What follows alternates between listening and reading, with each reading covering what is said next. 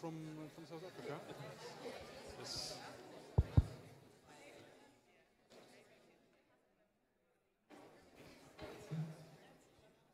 Hello, everybody.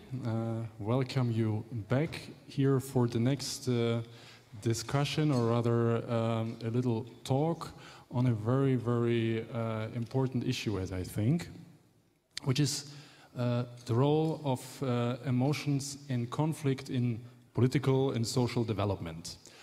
You have heard already this morning about political and social processes going on in the European Union, which at the moment involve a lot of tension, a lot of debate, a lot of struggle about the right way to go. But I think that also you, as young, engaged citizens, encountered in your home countries, in your communities, in the last years, more and more situations in which it was difficult to come to an agreement or to a calm talk with people you were meeting about certain issues. I think the issue that comes to our mind at first in the last years is the so-called refugee crisis. So the way in which the European Union and its societies have been confronted with the situations of many, many thousand people in need who were testing our values. For many years we have been saying that the European Union and all our democratic societies are built on a lot of principles, including solidarity, including welcoming the other, including understanding people in need, and here they show up, and we were in trouble. It's of course never a white and black picture. I think all of you will know that even if you are, for example, part of a refugee initiative that helps people on the ground, when you meet with, when you go along the streets, see maybe some anti-refugee protest, that you understand that maybe not all of the people taking part in such a protest might be openly racist, might be just hating everybody else, but still it's difficult to come into an interaction with them, and we can all feel, I think, that the longer this problem, the situation goes on, the more difficult it generally becomes in our societies to find political agreement, which is an enormously important basis of democracy, that we are able to talk across political boundaries, camps. And that's why I invited today for this debate two very interesting people, I think, who I will shortly introduce to you. First person here to my left is Myrna Lewis. Myrna is actually from Australia, and we were very, very happy that she was actually in Europe at the moment and was available for this conference. Myrna is a psychologist who for many, many years has been working with other people in order to spread the word and the practice about a certain conflict resolution strategy. She will talk about it later. I will not go into detail, but it's called Deep Democracy Network, and the strategy is called Co-Resolve.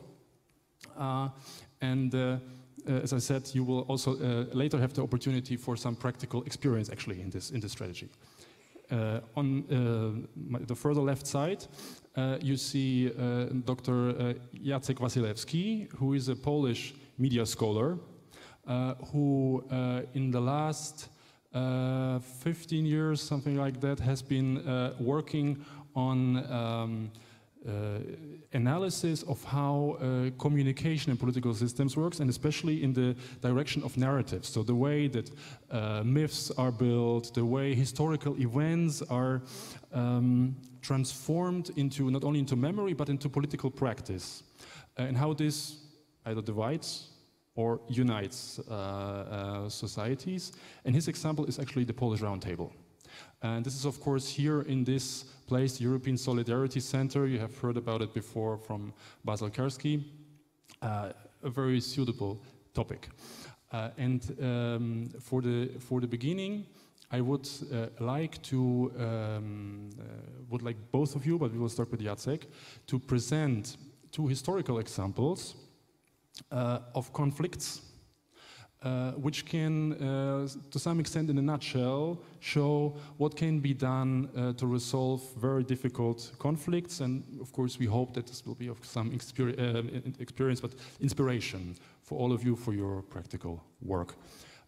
So, Jacek, if I may, please be so kind and present this example of the Polish Roundtable and the way, the tension in which two camps who hated each other came to an agreement.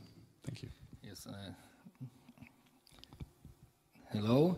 Mr. Gert asked me to keep it short, simple, and that's why I will use my notes to avoid any digression, okay? And it could be a kind of inspiration for you how people who did not trust each other came to agreement, okay? So how did it begin? A few things about conditions that prevented the transformation of the socio-political conflict in Poland in a bloodshed. It was also kind of a political achievement, and the famous American psychologist Robert Zając was really astonished how in Poland we did make it. Okay, in the negotiation before and at the round table, the active role was played by psychologists Janusz Grzelak and Janusz Rejkowski, and they were awarded Morton Deutsch Award in 2008.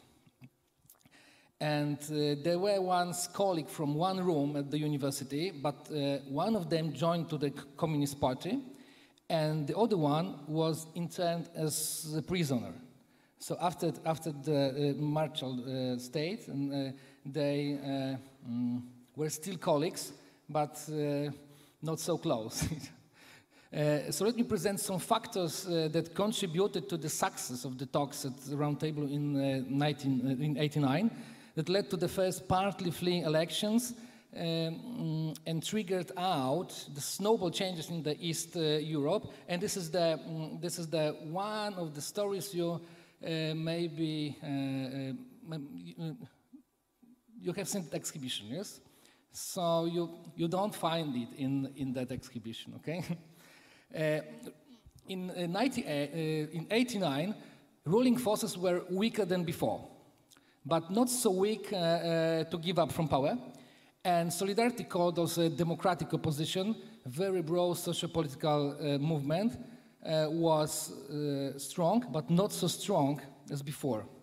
Okay, so and the third wing, I don't know it, but the third wing in that bird, the Polish Church as a mediator. Okay, it was really important factor. So what were the ideological values? Solidarity perceived itself as the representative of the social aspirations to democracy and national sovereignty. Sovereignty. Thank you. My pronunciation is something very poor, but thanks for help. And government believed that it must protect the security of the state and the Polish raison d'etat because they were afraid that Russian troops could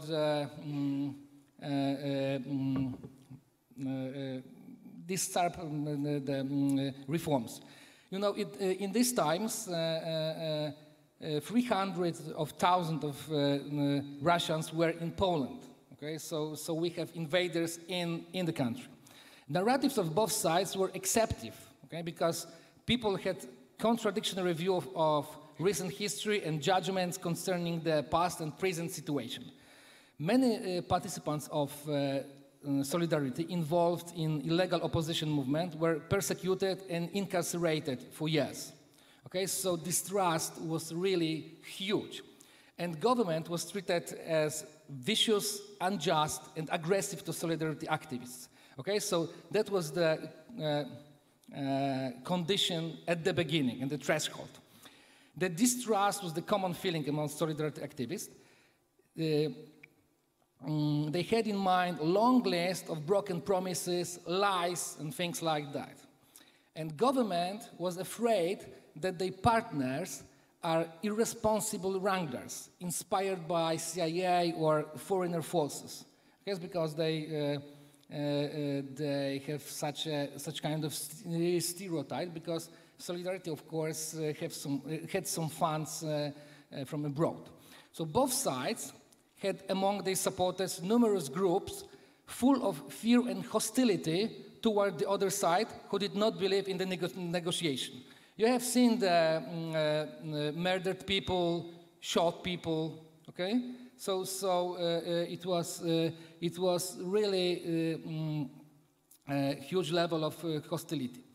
And the conflict situation is likely to take vicious, destructive forms if it involves differences between basic values, opposite interests perceived as a zero-sum kind, the threat for existential needs, and the threat for identity and positive self-image. Okay, so it was all of these conditions were in Poland these days. So the conflict was perceived by many as unsolvable. So what was done? Point one is orientation. At round table was special approach to negotiation. Cooperative orientation, assumption that the agreement must be acceptable for both sides. Okay, so it was in the procedure of negotiation. The negotiation team consisted of people who were seeking for agreement and advocated the idea of cooperative solution. The most hostile parts were swept away from the negotiation. Point two, definition of situation. Okay, Solidarity demanded legalization of Solidarity trade union because it was banned from political discourse, and they wanted to make it alive once again. And government wanted to use credibility of Solidarity to support for economic reform. So it was clash. So it came to change of definition of situation. Initial was competitive positions, okay, bargaining. And modification was defining problem as a common problem-solving task. Okay, so it was not about power, but about Poland, about our families, about something that is very close to people. And point three was normative structure of negotiation. Okay, about it is about psychological techniques. So one is equality of two sides, even in small details. Okay, example, size of teams, chairmanship, order of discussion, buses. Okay, every team has the same buses. Okay, so not the government side as better or worse. Access to media, okay, the same time in media, etc. Also the principle of respect for the other side. So strict ban on aggressive and derogatory utterances. Okay, it is very common nowadays in the Polish parliament, and during the negotiation in '89 it was really banned. And everyone had to accept these conditions. And no attempts at manipulation of the partner, misleading him or her. And they couldn't avoid any manipulation because Secret Service worked as usually, but they have information from negotiators and from Secret Service about the negotiators, but it was easier to talk with the other side at the one table than listen to the Secret Service reports. And perspective taking, the effort to perceive the conflict situation also from the other side. Okay, so there were many attempts at presenting own position in terms that could be understood by the other side. Okay, it was really important because it was only technique to justify why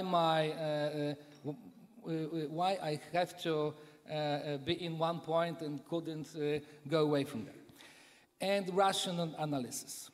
Elimination of affectively charged topics about past wrongdoings. Okay, so there were no sentences like "you bastards, you put me in jail, you fired me from work," and things like that. It was really, really forbidden. So, organization of negotiation gave the right to the public to full knowledge of the agreement, but there was also the need to protect the negotiators because the public pressure was really big, and they wanted to feel free to negotiate, not only to show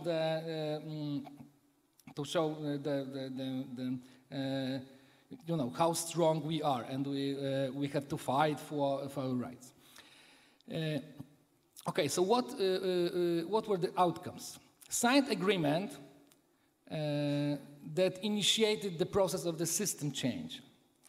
Legalization of solidarity as an independent organization, elimination of censorship, formation of the free media, and change in the justice system. And the election, partly free election, that introduced solidarity representatives as legitimate participants of the power system, because in that time nobody that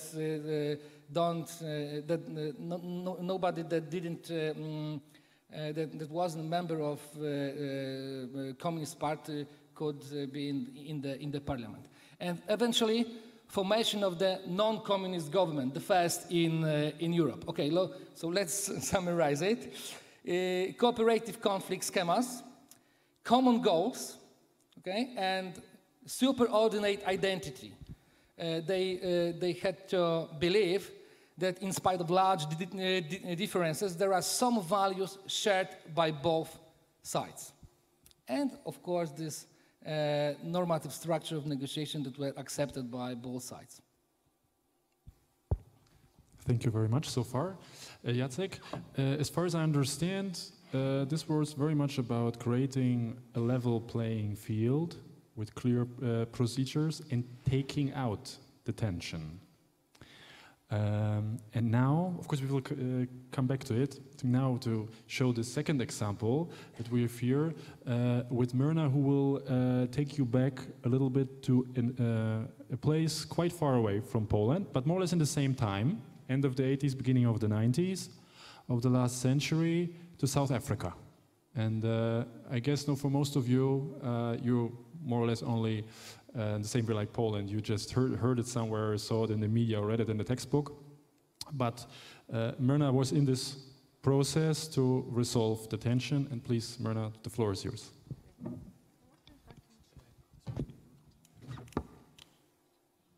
So I think let's put it on. Next one. That's good. Okay. Cool. So thank you very much for having me, and thank you for giving me this opportunity to enter this very interesting discussion.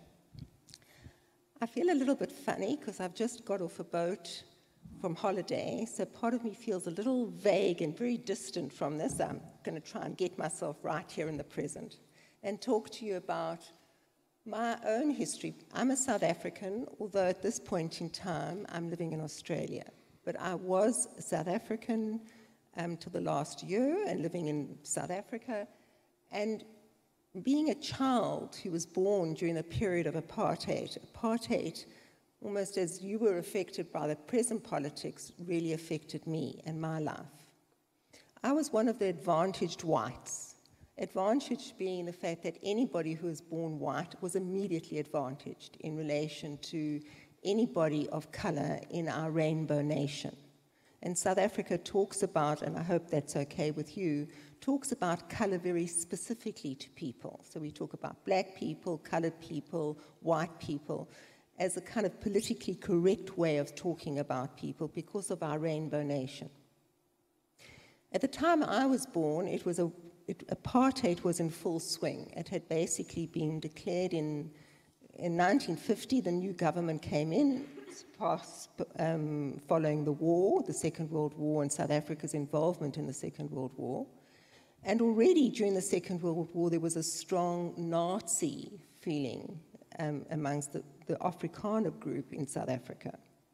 So following the war, the strong South African, strong Afrikaans group got into power, and they started dominating. And Verwoerd, the father of apartheid, introduced apartheid with the first South African republic in the 60s, in the 1960s. And from that time onwards, the kind of basic racial tension that had been in the country right from the very beginning was now legalized. People of color were not allowed to be with one another, were not allowed to, were segregated from white people, and we had those very awful situations where only white people were able to sit on benches, as I think we're just showing in one of the pictures here. And living in that society, for me, the biggest cancer of living in that society was the fact that you lived next to people in parallel lives, but you never really knew one another. So I, as a white South African, had a nanny, and that nanny was like my mother to me, and I would say that in relation to my own upbringing, she was a very, very important part of my life. But did I understand who she really was and where she really came from? The answer was no. So there was a sense of one lived together in this kind of crazy society, but not really knowing one another at all. Our changes came around the same time as your changes, and it was interesting just looking back prospectively how many changes happened in the world around that time. The wall came down, your changes started happening, and South Africa was in the same time going through major changes. And it's interesting that you spoke about the fact that the world looked at your situation and said, it's amazing that you went through a peaceful change. Well, the world looked at our situation and said, it's amazing that you haven't gone through a civil war, because most countries who had moved away from colonialism landed up in civil war. And South Africa was one of the only countries that didn't do that. The question, though, is there still a war? And I'll come back to that. An undercurrent war. When South Africa went through its changes, the changes were speared by, were the hallmark of the changes, or were people like Mandela and de Klerk, both of whom became Nobel Prize winners afterwards, who supposedly brokered the peace. Behind them, in the background, there were lots of people brokering the peace. But ultimately, these two men made the peace. And it was, if you read that incredible book, The Long Walk to Freedom by Nelson Mandela, you'll understand the part he played, where the ANC was very much for going to war. And he was the one who held us against going into a full-scale war. Together with de Klerk, allowing him to move out of prison and starting to broker the relationship. But the country had suffered, and we were in the middle of incredible strikes. We didn't have a civil war, we had bloody strikes. Bloody meaning there was lots of blood shed. So the kind of view that South Africa went through a peaceful transition with not much loss of life is the wrong one. We had a lot of loss of life through the strikes that occurred. And the strikes were carried out by young people. The strikes began in the schools. The strikes began really against Bantu education. Bantu education was suggesting that anybody of color would get a second-class education. In fact, they'd be hardly taught to read and write. And most of the people that I subsequently worked with were mostly illiterate. The change came. I'm speeding up in time and coming to my own story. The changes came, and on the surface, there was a real sense of South Africa's going to move and go forward.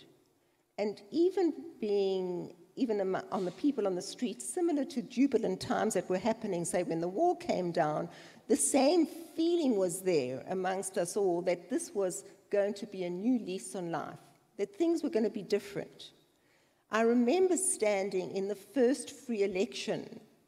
I remember standing in line to put my cross on the piece of paper, and the queues were immense. And in those lines, for the first time, you had people of color and white people talking to one another and really getting to know one another. It was an amazing change in feeling and attitude at the time. But ultimately, do people change as a result of just meeting one another? And do stereotypes change? Does racism change? The teachings, the research that was done on racism in the early 60s showed clearly that unless people really lived with one another, you wouldn't have the demise of racism. You had to get people to live and work with one another for them to be a change in that very extreme form of racism. I think I was just in the right time at the right place. That's my story. My late husband and I were asked to help a company, a very large company in South Africa, our utility company, to help a relatively small division of that company of 5,000 people to overcome their racism. This was an incredible invitation, coming at a time just as South Africa was moving towards its first democratic election. The country, although looked on the surface as if we were going to make it, was still on the brink of civil war.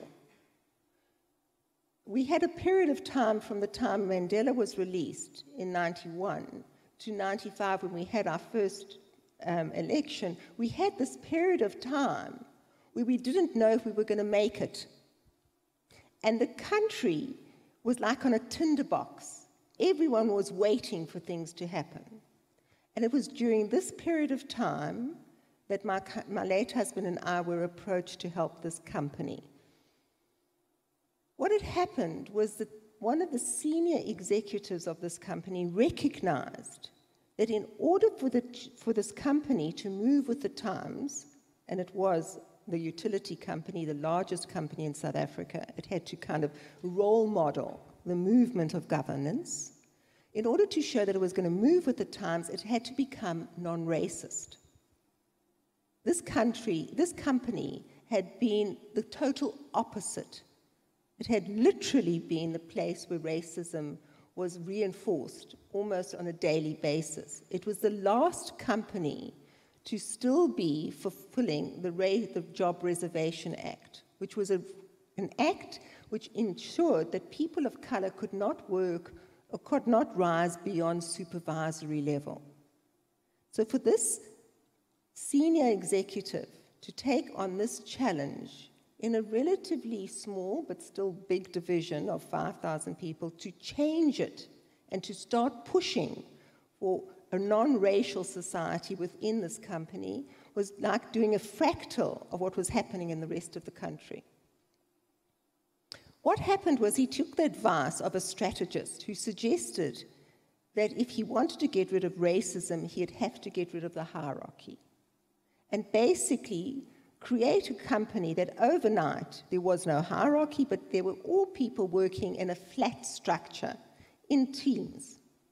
People who before were literally against one another due to race, and who, as a result of race, knew how to work with one another. The white man was automatically in charge. The black man, who may have had years of experience, always knew that the white man was the boss and called him boss.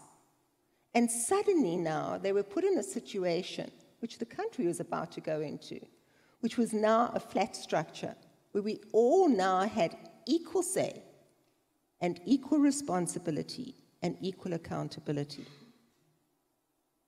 The organization came to a total halt. They didn't work, they couldn't operate, even though this was implemented. And at that point in time, the CEO turned to my late husband and I and asked us, could we help alongside many other consultants to try and get this very important part of the company functioning again. we were given the task of how to get the groups to work together as teams. And we literally faced the problem that I think you're facing today. How to get people to come together to work together. The one thing that was in our favor was they had to work together. They either had to work together or leave the company. And the threat of leaving the company at that point in time for any white man was bad, because the possibility of any employment for a white person was already on the downhill. And obviously, for any person in color, the opportunities that were now open to them in this company were huge. So people wanted to stay, but how could they get it to work? We introduced a methodology which was based on, should I stop? Okay. Ah, good, the next one. No, go back. That's one. Sorry, it's a very bad slide, but at least you get some of it. No, you don't get, no, you get some of it. Sorry, I improvised my slides because I just flew in last night from this boat cruise. So anyway, here I'm back. Is this all right? Am I boring you? We are okay? Good. Okay. Sorry? Good, thank you. I'll try and speed up. Okay, so we introduced a method. Both of us were clinical psychologists who had been schooled in process-orientated psychology. Process-orientated psychology is the child of a man called Arnold Mindell. Mindell is a Jungian analyst as well as a physicist, and he's helped psychology, which is a science, move with the rest of the sciences to being led by physics. All sciences are led by physics, and psychology is finally getting to pace with the new influence of quantum and Einsteinian thinking in relation to psychology, and Mindell has managed that. Both my husband and I were trained in process-oriented psychology, him being an American, which for us was an absolute blessing in the situation. If he was a white South African, I don't even think we would have got through the doors. But the fact that he was an American kind of took away from his whiteness, and he was allowed in. I, being a woman, was less important, and so was allowed in to actually help the situation. And together we adapted the methodology and made it very pragmatic, enabling the people to resolve their tensions. And what we did, the first few steps are above the water, and that's why it's got a waterline. By the way, we used as a metaphor for them to understand what we were working with. And remember, we were working with people who were incredibly educated. The top engineers in the world were working in this utility company, together with people with no education, who were barely literate. These people combined were going to make decisions. And over and above the incredible racial tension of anger, rage, and pain of being discriminated against for over 300 years, and the guilt and the shame and the rage and terror of the people now about to lose their position, those were the currents. Added to those currents as well were the cultural differences. South Africa is a rainbow nation. We've got all different cultures. So Asian women wouldn't speak when men were in the room.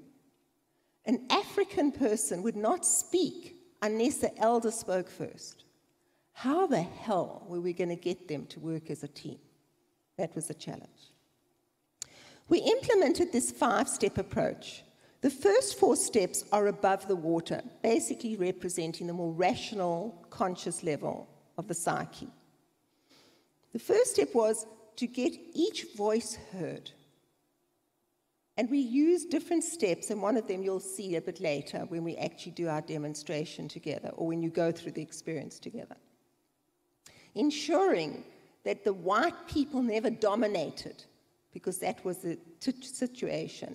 And because we were in a society where people were not allowed the chance to speak, they had lost the ability to speak. As the Russians lost their ability to think, in South Africa, our people of color lost the ability to speak from 300 years of not speaking. The second one was to really acknowledge that minority opinions are just as important as majority views, that all opinions need to be heard, and that minority opinions are there and need to come out as well. And that in a way, in a crazy kind of way, if you allow minority opinions to be heard, you get a gateway to the wisdom of the unconscious. Because it's the minority view that actually holds more information. And that's the view that we tend to shut up. So this method enables and encourages minority views. And then once minority views are out, we do something more crazy. We spread them. We don't just leave them with one person. Because we recognize in this methodology that if people have different views, they're alive and well in other people too. That those people are spokespersons for minority views, but the minority views are in other people too. If everything goes well, we go to a vote and we have a majority vote.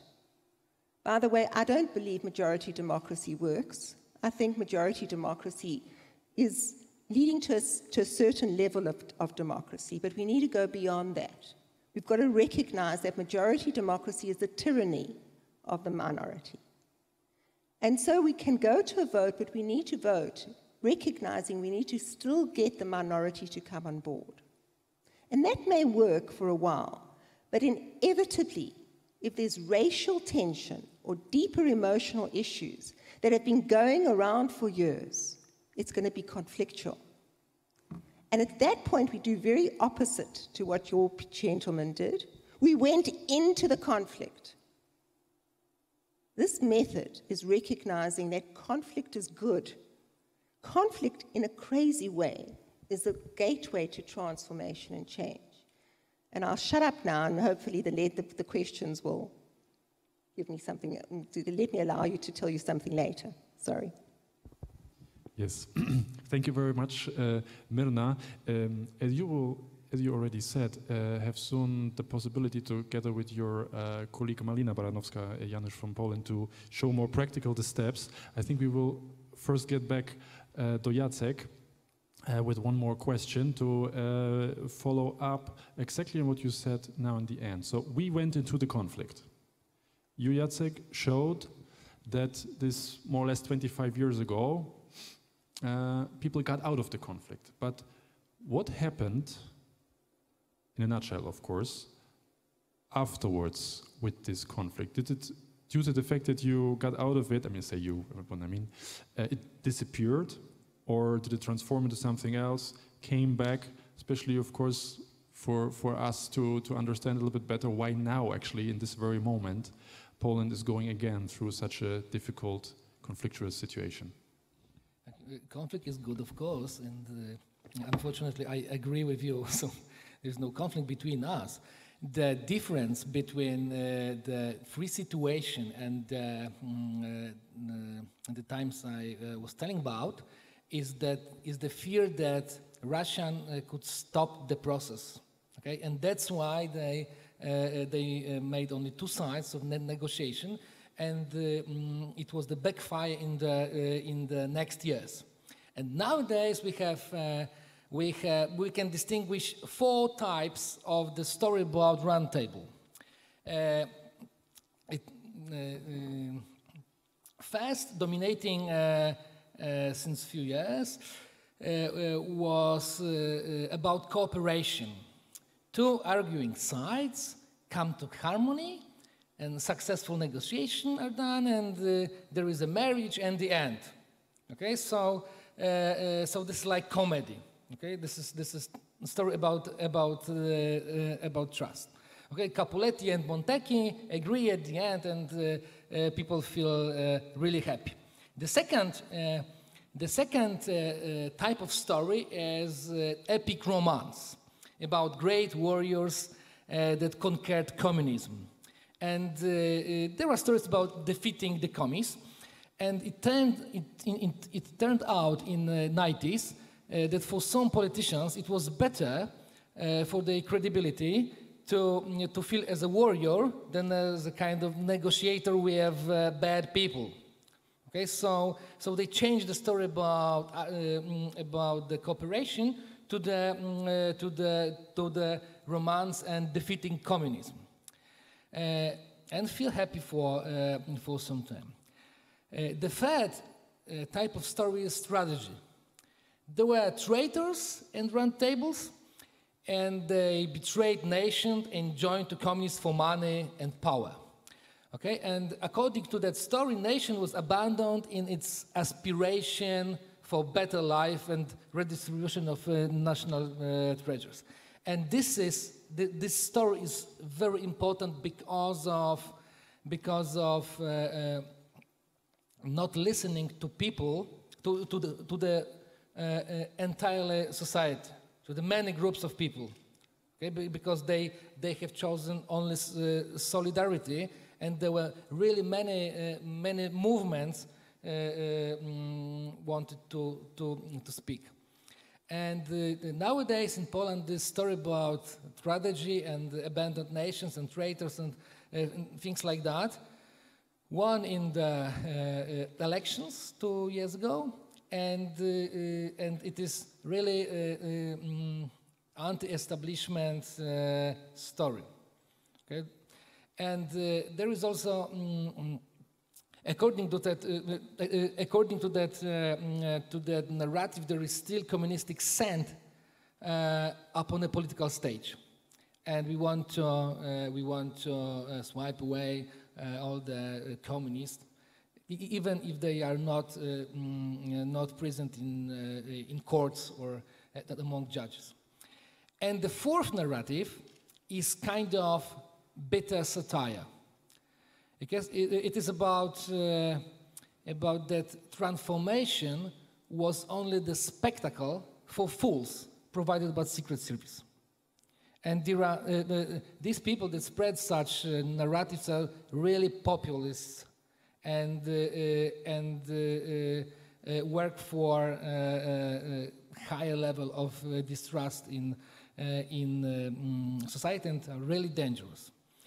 So in some narration, Lech Wałęsa is treated as an agent of Secret Service. In other ones, popular nowadays, there is a need of decommunization, cut off traces from offices and things like that. And it is the base for hostility, because in that narratives, there is a really strong enemy.